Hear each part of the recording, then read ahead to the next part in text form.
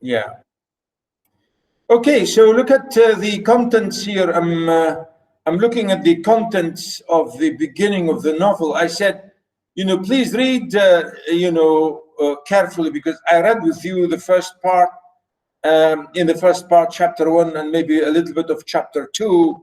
But please read 1, 2, 3, 4 till page, as you can see, the end of page 27, and then jump to the last 10 pages, really. The last 10 or 15 pages, chapters 4 and 5, at the end of the novel.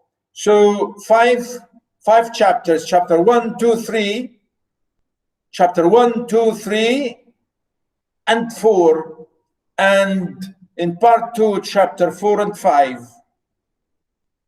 That is from page 1 till page 27, and then from page 62 till page 77. Got it? Again, doctor, please. Repeat. In the novel today, as you can see, I'll try today to give you all this, but from page 1 till page 27 from the novel to read, and then 62 to 77. 62 to 77. That's it. Read those. From these pages, I'm going to get you a passage to comment on in the exam. Because talking of the exam, maybe I don't know, maybe I have 16, 15 people, maybe 7 people are away, maybe they're not coming anyway. So I'll talk about the exam. Really, ladies and gentlemen, well, I have only one gentleman. Really, the exam is going to be exactly like test 2, exactly, nearly, 100% the same. You'll have 2 passages to comment on, 2 passages and an essay. And that's it. 2 passages and an essay. The essay will cover the 3 novels, will cover the 3, the 3 texts, 2 novels and a play,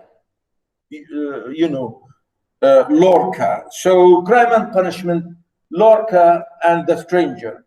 You will have an essay there, and you will have a choice. I will give you two questions, you choose one. 2 questions, you choose one. And then 2 passages. 10 marks for each passage, 20, and 20 for the essay. In the passages, you have to write a paragraph, a well-written, nicely written paragraph, about 300 words, a paragraph. For each passage, a paragraph. So you need at least maybe 20 minutes for each paragraph. Let's say 30 minutes. So the first 1 hour for the passages, and the second hour for the essay. And that's it. And the exam is only 2 hours. And you will have 15 minutes for submission. No more. Okay? Doctor, you said 2 hours and a half. I said, I can't, because the university, they sent us a letter. They sent us a confirmation letter saying only 2 hours. They sent us a confirmation letter saying only 2 hours. And I can't disobey the university regulations. They will be angry with me. Your questions you will be able to answer them easily. Trust me. Who was speaking? Abir, was it? Yes. Yeah. My friend Abir. Don't worry. You will be able to answer the questions easily. Relax. It is going to be, after Ramadan and after Al-Eid, and you would have enjoyed the whole break. And you will be able to answer them. I promise you, the questions will be easy and relaxed and open, and you can use your imagination, and you can use all the opinions that you like. Don't worry. Really, you do not need 2.5 hours. Wallahi, you do not. I promise you, you do not need 2.5 hours. You do not. You need only, you know, the average student. I know you, most of you are good, you know, above. Oh, Shema. Oh, come on. This is the final exam. We need more time for typing and revising. Doctor, this is not fair. Why? My God, I hate this decision of 2 hours. I know.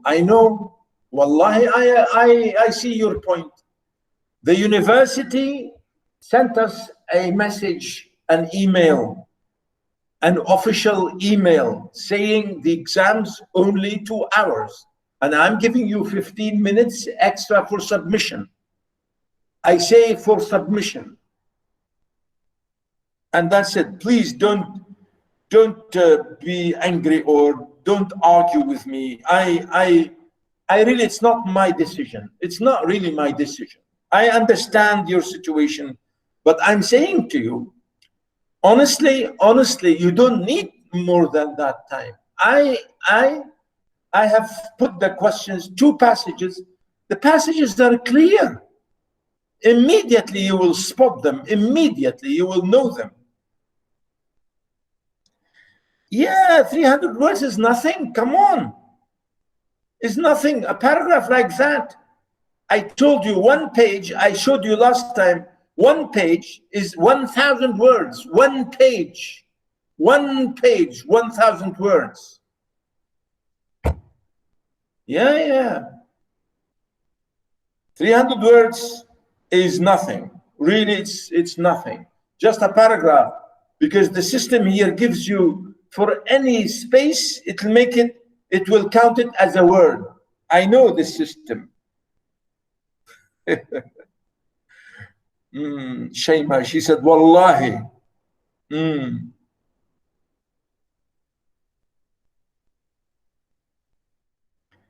Yeah, I know. Yeah, I need more time for typing. Yeah. Please, I am saying, honest to God, listen, I don't count words. I do not count words. I repeat, I do not count words. Just to have a look at the final thing to see how it looks. An essay, I need to see like an essay, paragraphing, introduction, body, conclusion, three paragraphs in the body, 1 in the introduction, 1 in the conclusion. I want the format to be correct. I want the format to be nice, and the English is nice, and the style is nice. I don't count words. I say 300, but I never count words.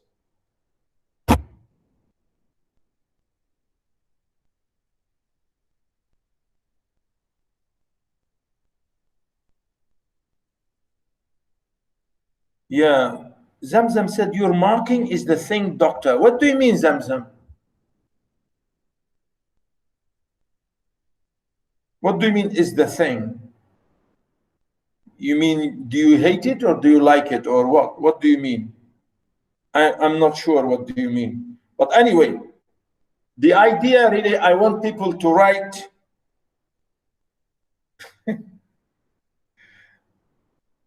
Yeah. Is it fine to write, what? 1,500 words for the term paper?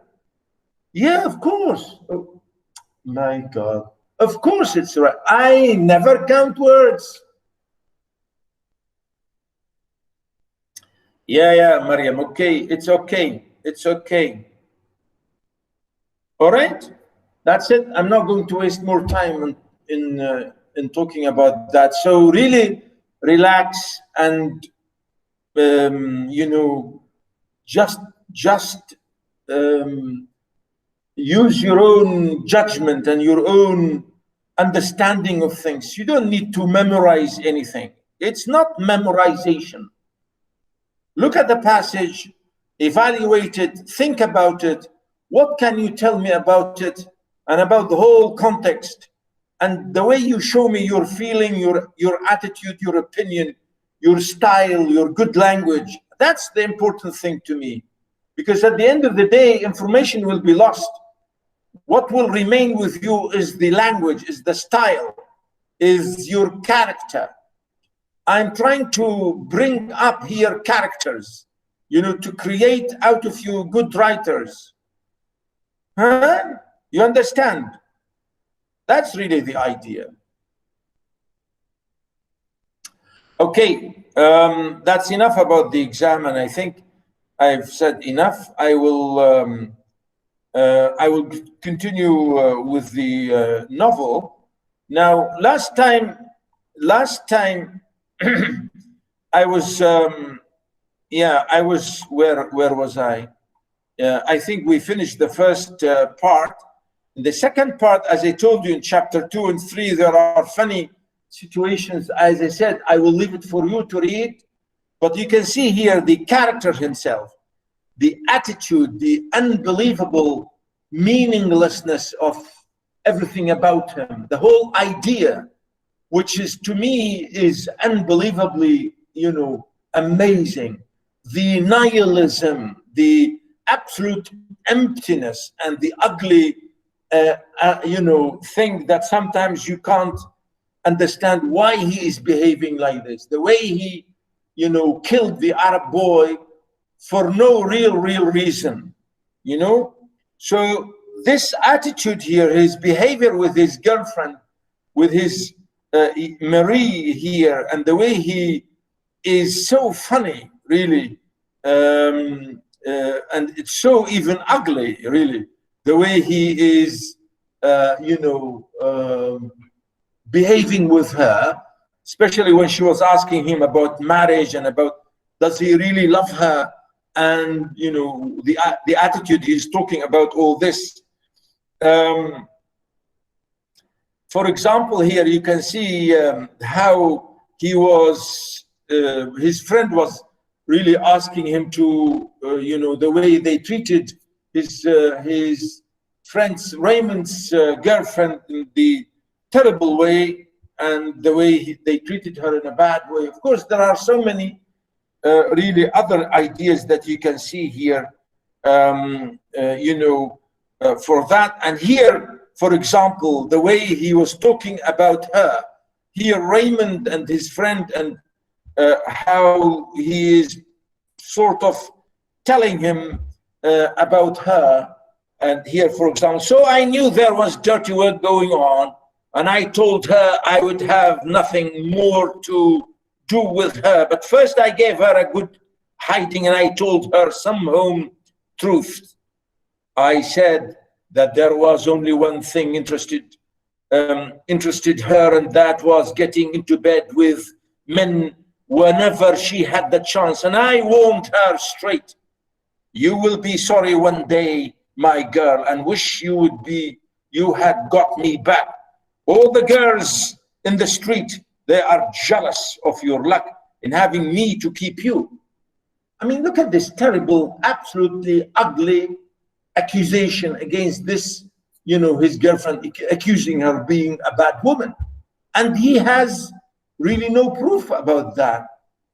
Of course, there are many really questions here. You can see, you know, here, if you want, you can use the idea about the masculine attitude against women, and the terrible thing here, really, he did it there.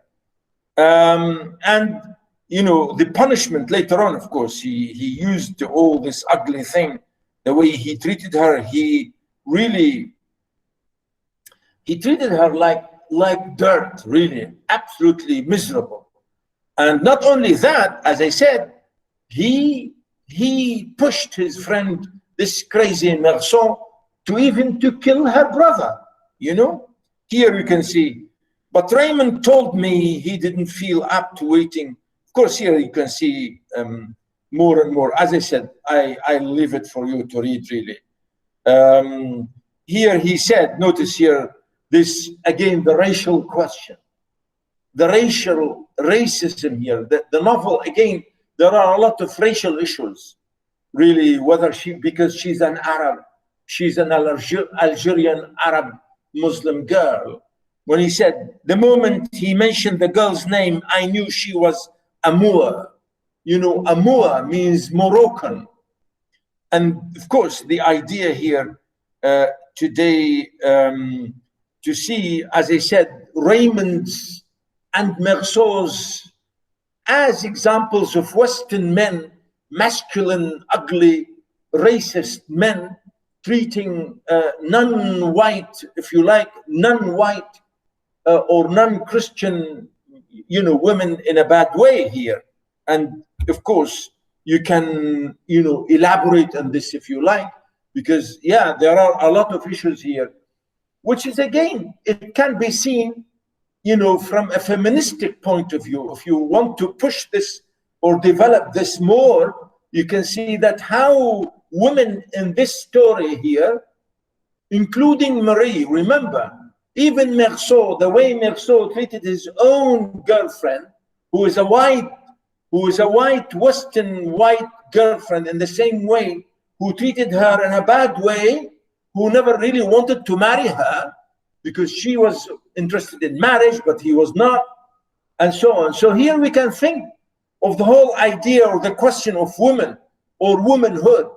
And we can go back to Lorca's attitude towards women, and we can go back even to Raskolnikov's attitude, how he treated women as embodied in Alyona Ivanovna and her sister.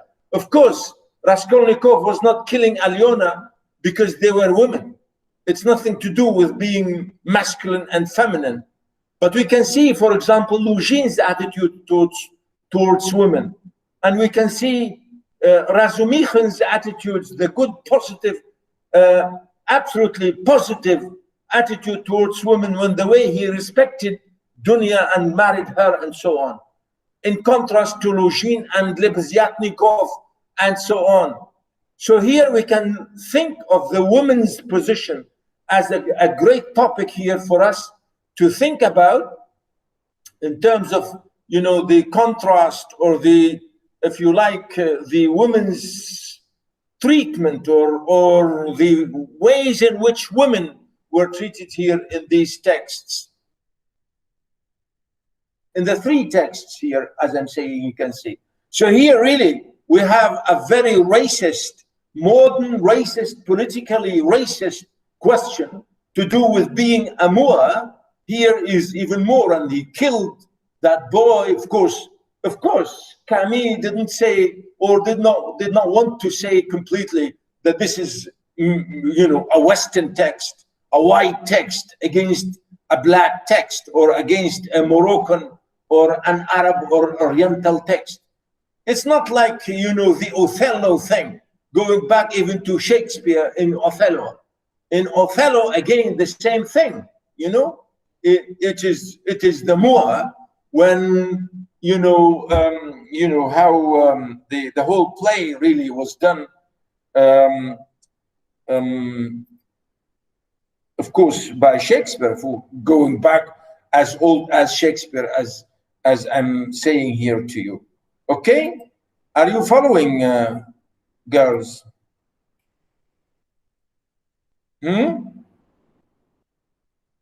Hello? Yes, doctor, yes. Yeah. Yes, doctor. Very good. Yeah, okay, so really the attitude here is quite interesting to see when here the absolute ugly punishment, the terrible, ugly physical punishment, and the physical abuse, and the absolutely horrible physical abuse against this young, maybe lady here, the Moroccan, whom there's no evidence against, you know, he has no evidence, absolute evidence, concrete, real evidence against her, to treat her like a dirty thing here, to say she was, you know, jumping with other men, as he said. you know. So really, if you read all this section, you will find that in an amazing way. And here really, as I said, in this again, this next chapter, as you can see, maybe I did not highlight anything about that, and I'm not going to worry you about the details of all of this. But here in the rest of the novel, you can see how the whole situation, here I want to read just this extra really here on page 28 and 29, really, although I told you these are not included maybe, but I will read them anyway for you. Notice here, Marie came that evening and asked me if I would marry her. I said I didn't mind.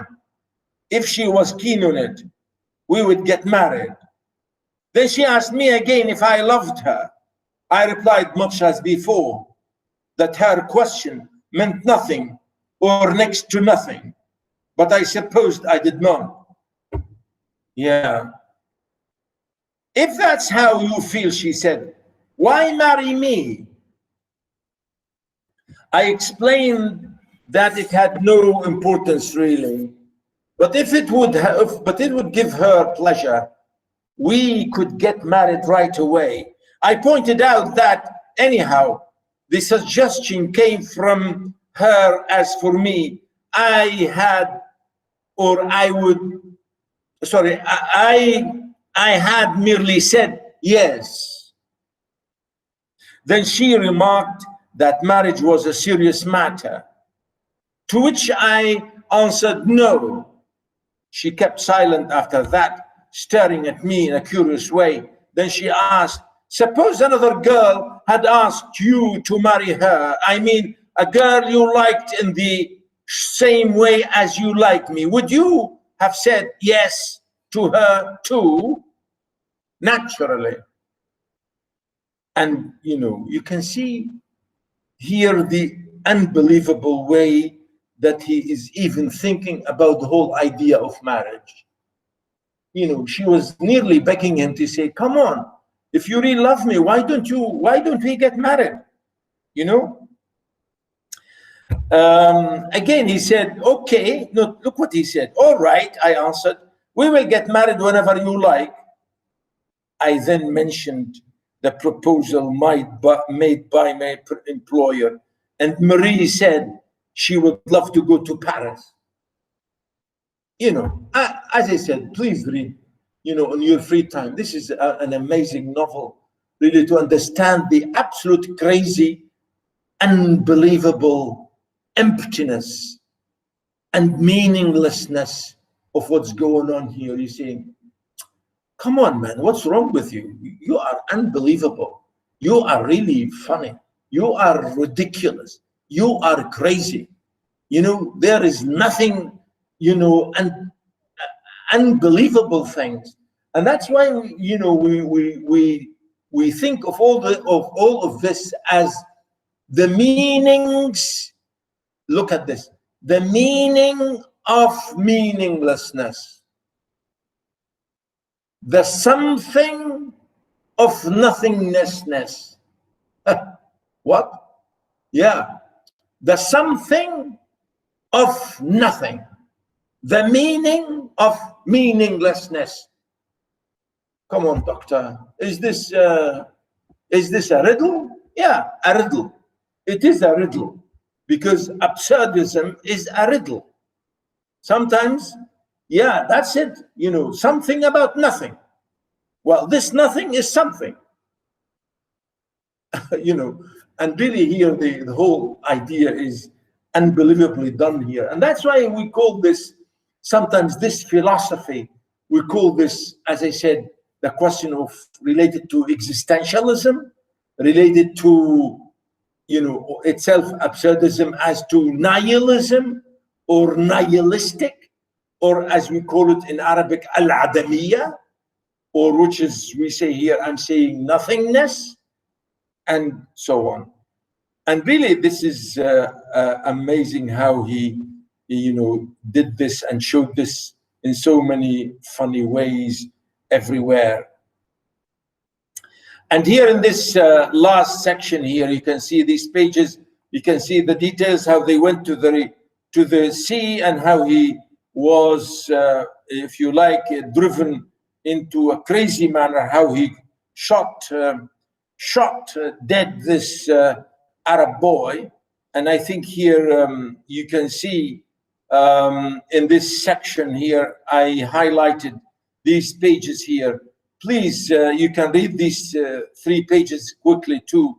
Here, 28 and 29, how he killed this, you know,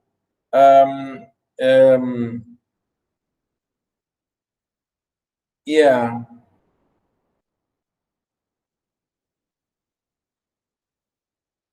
This is the moment where he killed the Arab boy, right? He said that, which is really an amazing. The Arab didn't move after all. There was still some distance between us, perhaps because the shadow of his face, he seemed to be grinning at me. I waited. The heat was beginning to scorch my cheeks. Beads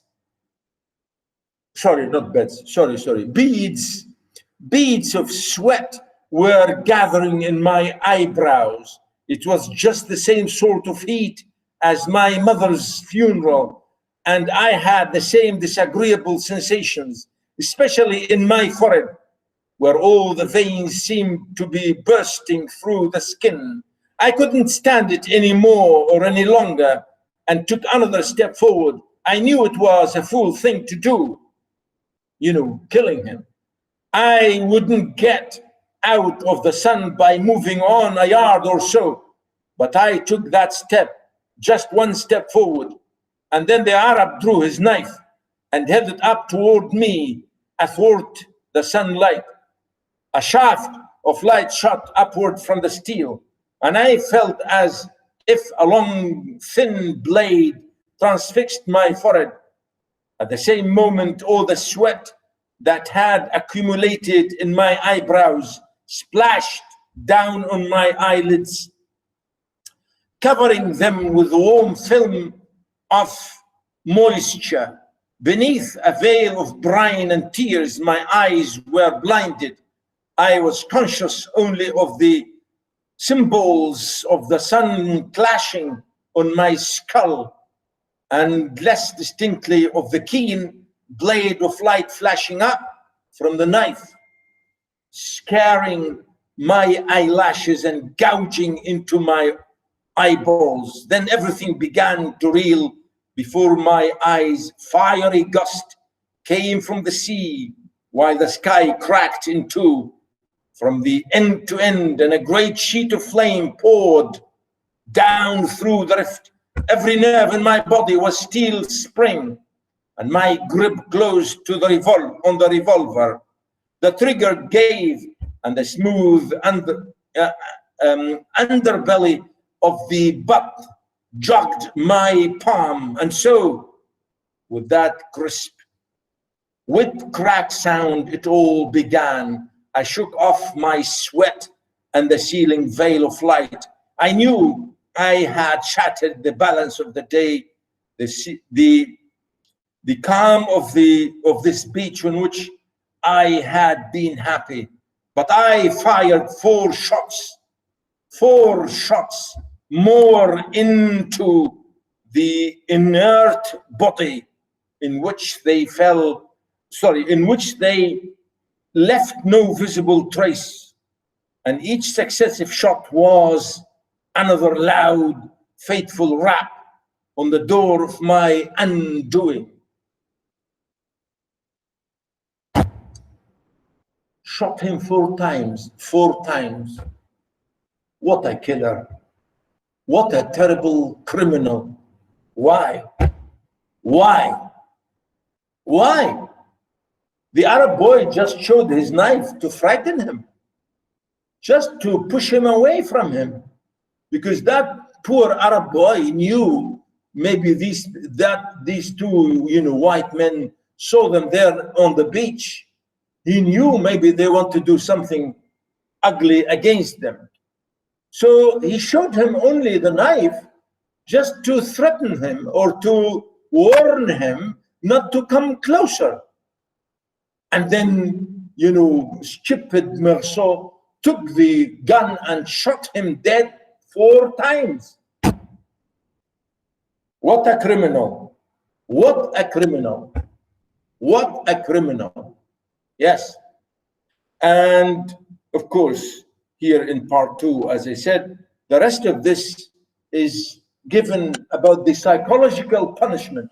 And here we come back to the psychological punishment in, I think, the three books we have read. The best one of psychological punishment is in Crime and Punishment. In Lorca, there was also a lot of psychological punishment, indirectly and in a different way. Indirectly and a different way, according to Yerma's own problem, and also even Juan's own crazy mind about jealousy and about thinking that his wife is talking to, you know, to Victor or anybody else. There was some kind of hallucination going on through his mind, and we can call this, if you like, slightly, we can call this a little bit of psychological punishment. But later on, the horrible and more disastrous, you know, psychological punishment, which led Yerma to kill her husband because of her always crazy attitudes towards getting a baby and wanting a baby. It was for her a terrible punishment all the time. She wants that baby. And here, of course, in this part 2, nearly 40 pages, nearly half of the novel is spent here about the goings on in his mind, how he was taken to prison and how he was tried and how much he told, they, you know, tell him, why did you kill? Why didn't you cry for your mother? Blah, blah, blah, blah. So there was a lot of psychological, you know, punishment to him after this. And he was, in some ways, again, he was never regretful that he killed, although that the Arab boy didn't do him any wrong, and so on. So really here, in the next part, as you can see here, I've highlighted some of this because, you know, for example, notice, why did you fire 5 consecutive shots? Here, the lawyer asked him, why did you shoot him 5 times? Why did you shoot 5 times if it was a mistake? I thought for a bit, then explained that they were not quite consecutive. I fired 1 at the first and the other 4 after a short interval. Why did you pause between the first and second shot? Here, there is really a lovely interrogation. It's a lovely interrogation to see and to understand Merceau's crazy mind. Why did you shoot that boy? And all his answers are really, you know, amazing. Please read that, ladies and gentlemen, because it's, as I said, it's really very interesting to read all that here. Now,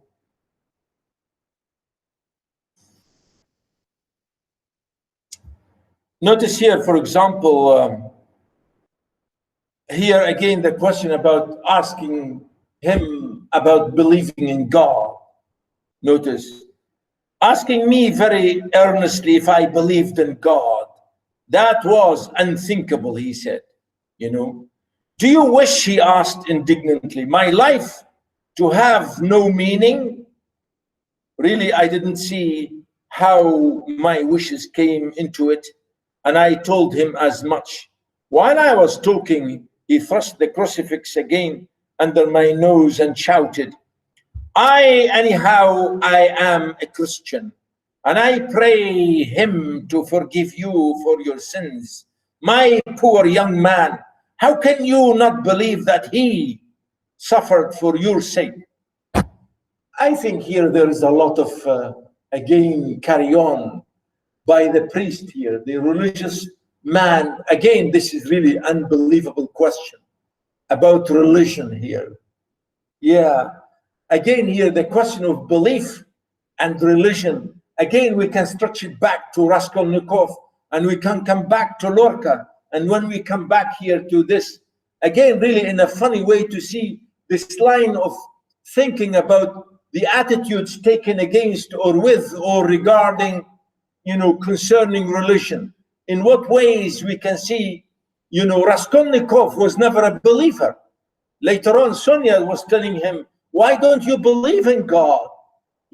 Because he was never a believer, And here, Meursault is absolutely an atheist. Even he told us how his mother, he said, my mother was never a religious woman. How did she say that she wants to be buried in the church? Remember, he said, why would she want to be buried in the ritual church? Because she was never religious. And I'm never religious. And I don't believe in God. And he said, I'm an atheist. And here the religious man is saying to him, come on, man, you are going to die, because they sentenced him to death. And he said, come on, if you regret, and if you try to ask for forgiveness, maybe God will forgive you. And here he's saying he means Christ, of course, in the Christian sense. Of course, we as Muslims don't believe in the same way as they do here. So here the priest is telling him, Allah, to say, my boy, please think that God will save you. God will help you, and so on. But of course, Meursault is absolutely not listening. And he even said so many horrible things against this man, against this priest. We told him about all this. Again, notice here what he said to him. Notice this man, this priest, he said, all the criminals who have come before me until now wept when they saw this symbol of our Lord's sufferings. He said, criminals weep, cry when they see the cross, meaning about the Christian feeling or sense that Christ was tortured on the cross. And he said, these criminals, they feel regretful and they want to atone, And he said, Meursault, of course, will never cry. Notice he said, I was on the point of replying, that was precisely because they were criminals. He said, yeah, they were crying because they were criminals. And I'm not a criminal, and I will not cry. Wow. But then I realized that I too came under the description. Somehow it was an idea to which I never could get reconciled. Again, he goes on and on and on. And I really, as I said, notice here what he said at the end. Well, Mr. Antichrist, that's all for the present. After which I was made over to my jailers. Yeah. This is the end of this little chapter here. I said Antichrist because he was called as Antichrist. And I think there are many people who wrote about this. And the best example to talk about this Antichrist, many writers and philosophers.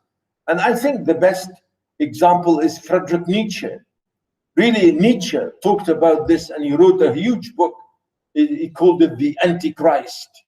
The Antichrist, of course, meaning, those who do not believe in God or in religion or anything. And here he's really mocking him. Well, Mr. Antichrist, this is a mocking sentence by the priest against Meursault, telling him, you crazy man, you are a non-believer, you are an atheist, You are a wicked, horrible, ugly man. Mr. He really is mocking him. He's laughing at him. Mr. Antichrist. That's all for the present. And then Mr. Antichrist, of course, Merceau said, because remember, he's the narrator as well, he said, and which I was made over to my jailers, because he was speaking to the priest and then taken out of the prison for a little while from the cell, and then he was brought back to his cell. Because now, as I said, the man is visiting him in his jail, in his prison, because he was put into prison and he was sentenced later on. You know, of course, the last sentence was to be punished by death, by hanging. And we can see in this again the idea really. They asked so many people as to testify to see whether he was a criminal or not, and I think this is really amazing thing. And please, ladies and gentlemen, please, for my sake, when you are, read the whole thing, because it's a lovely novel. Notice here, it's all came all right, you will see, and then we shall get married. He was talking here to remembering Marie, because again, Marie came and visited him in the jail, in the prison, because remember, Marie is a good girl, really. Marie wanted to marry him. Marie is a nice girl. She is a normal, absolutely normal, easygoing girl, like Dunya and like Sonia and like Yerma, like all these normal, natural, lovely young ladies who wanted to establish a family and to get married in a nice way. And Marie was devastated by his action, by unbelievable. She couldn't understand why he did this. And finally, Marie was correct to testify against him, especially when they asked her the next day after his mother's funeral. She said, yes, he came to me and we spent a good night and we had a lovely time and blah, blah, blah, blah, which is unbelievable. His behavior was unbelievable. And she testified, not because she hated him, but because she's telling the truth. If you are in a court and you are told to swear to God to say the truth, nothing but the truth. So Marie, as an honorable young lady, she is saying the truth. And she said the truth. Yeah, she likes him and she wanted to marry him, but he did a terrible thing. He committed a crime and she couldn't marry, or at least now he is in prison. Maybe if I don't know, maybe if he comes out of it clean, maybe she would marry him. I don't know. And really here you can see a lot of that. As I told you, please, here, notice how he's saying this. Notice, my turn came next. Marie threw me a kiss. I looked back as I walked away. She hadn't moved. Her face was still pressed to the rails. Her lips still parted in that tense, twisted smile. It's a really unbelievable. Marie, as I said, she's a normal, absolutely straightforward, normal young lady. Okay? Don't think of her as in any way. Yeah, she accepted to be his girlfriend because in that time, that's in Western society, that's how things go. But again, really, Merceau, as I said, we don't understand why he's doing all this. Anyway, and then I'm not going to read all that. I will leave it for you to read maybe later, because there's a lot of a lot of ideas. Look at this here. The accusation said, "Gentlemen of the jury," and this is one of the prosecutors, "Gentlemen of the jury, I would have you to note that on the next day after his mother's funeral, that man was visiting the swimming pool, starting a liaison with a girl, and going to see a comic film. That is all I wish to say." Yeah. Meaning that man is crazy. Any man would never do that. The next day after his mother's funeral, to go to a swimming pool and to go to your girlfriend to spend a night with her, and then the next day, whatever, go to the cinema and watch things, and as if absolutely nothing. And he's saying, okay, I just wanted to keep this in mind. And of course, as I said, they always, the court really, they said a lot of funny thing about him. And again here, the question I was talking about the psychological. Notice, they hunt together psychologically. In short, he concluded, speaking with great vehemence, "I accused the prisoner of behaving in his mother's funeral in a way that showed he was already a criminal at heart." Yeah. So you see, these are the testimonies against him. Yeah. And in the last two sections, as I said here, there are a lot of things.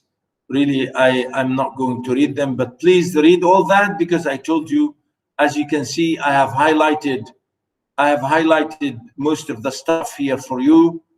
Please notice, for example, I'll read this again. I'll read this here on this page 64. "This man who is morally guilty of his mother's death is no less unfit to have a place in the community than that other man who did to death the father that begat him. And indeed, the one crime led to the other. The first of these two criminals, the man in the dock, set a precedent, if I may put it so, and authorize the second crime. Yes, gentlemen, I am convinced that this man is, here, saying here again, this man has, I repeat, no place in a community whose basic principles he flouts without compunction. And yeah.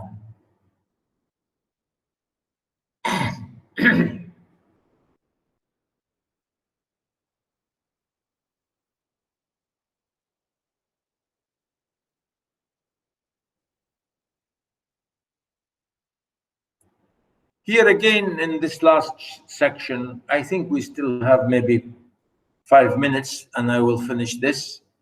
I think the last chapter here again spent a lot of it about religion and about the chaplain, the priest here, the priest who came to him again and again to make him accept to become a Christian. But as we said, he never really managed to do that. And I think there are a lot of things which is really amazing that you can see this as the strong testimony really against him as a bad man in everything.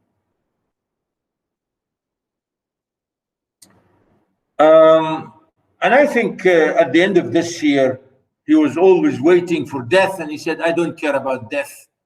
Death is something good. You know, he's really trying to find excuses which are really unbelievable excuses.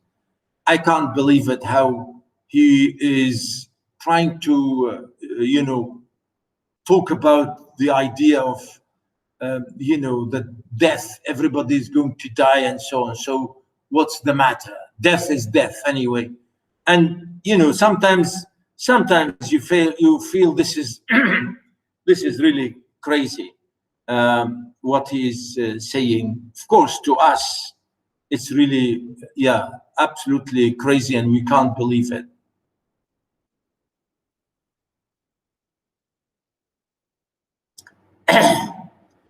Yeah, again, he said about this, about there's no way, that he can change, he said. Notice, those stone walls, I knew it only too well, are steeped in human suffering. I have never, I think this highlighting is a wrong thing here I've used, maybe, I don't know. If I can take this again, no highlighting, I'll try.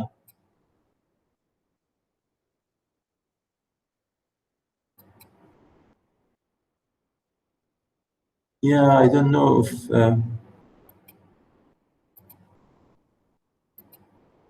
yeah, well, and it changes, I don't, yeah, maybe a little bit.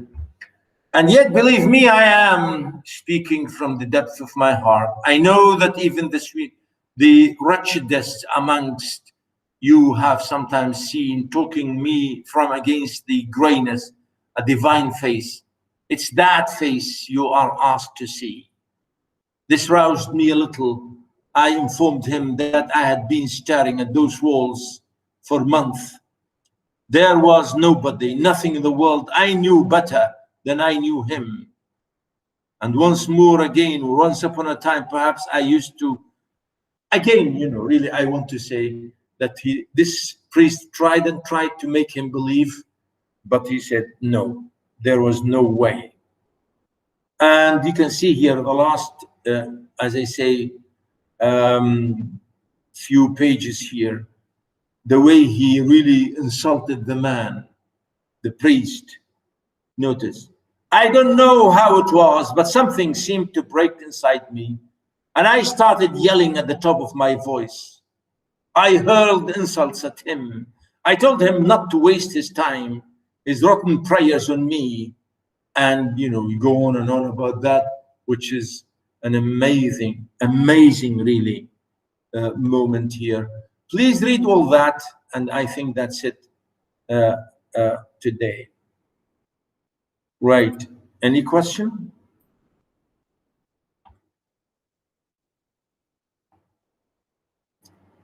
Any question?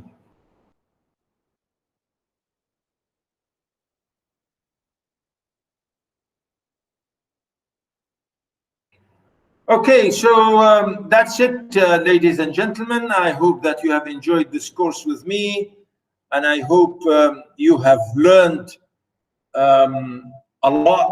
I hope that you have learned something good and nice in this course, because as you can see, I gave you a lot of ideas, a lot of texts. Really, it's a great course. Really, it's a lovely, great course. I hope that you found it this way. And inshallah, you will all get great marks at the end of the day. But I please want you to show me your great talents of writing at the end of the day. So I would give you all those great marks that you deserve. I will stop recording, and then that's it.